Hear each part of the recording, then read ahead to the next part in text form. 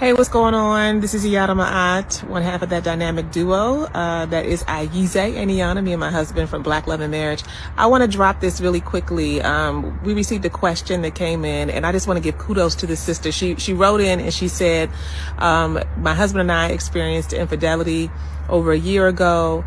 He did all the right things afterwards. You know, I wasn't sure I was going to stay. I wasn't able to commit to even, sticking around. I didn't know what I was going to do, but he stayed, and he didn't waver in his support of me. He asked me what I needed.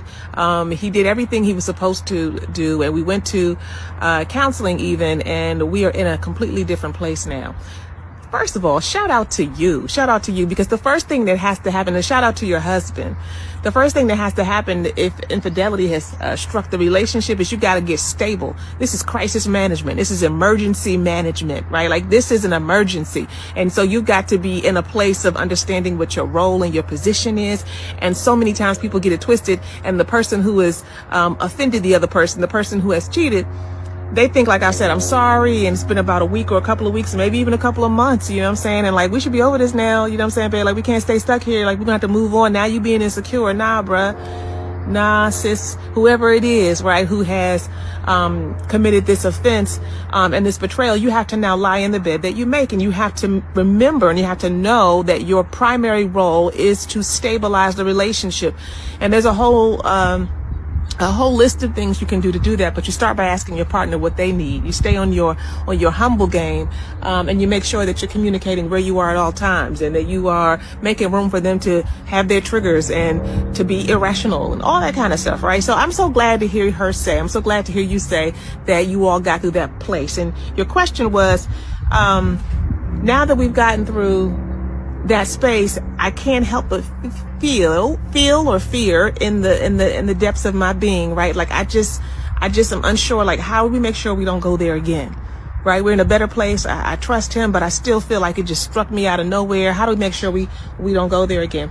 And so I'm not going to get into all of the details of that, but what I will say is you got through step one. You're not done. So the piece that you want to make sure you know, and you want to make sure that you bring to your husband, is we're not done in the healing process. Step one, part one of recovering from infidelity, is getting stable and doing the crisis management to make sure that right here what we have is as stable as possible, because it's kind of crazy right now. Step two, it's not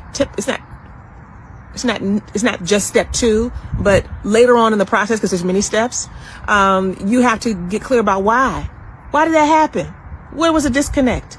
Was a disconnect in between the both of you? Was a disconnect internally within that person? I will tell you for sure that disconnect is internally within that person, because even if there's a disconnect between the both of you, it doesn't mean you should be going off to cheating, right? So there has to be something off within you that allows you to go to that space, even if there is a disconnect between the two of you. But you got to be able to look very specifically and very strategically at your life, and at what's happening and what had happened, and look back and what was going on. What were the external stressors, and what were the things that have not been, were not addressed up until that time? Are they still not addressed? You're still at risk. Whatever it is, you got to get really clear about that. And so many people don't do that next step, and then you find yourself vulnerable again. So I would say to you again, kudos for, congratulations for getting through that emergency management. Now it's time to take out the tools and start to make sure that you shore up your relationship by getting to the why.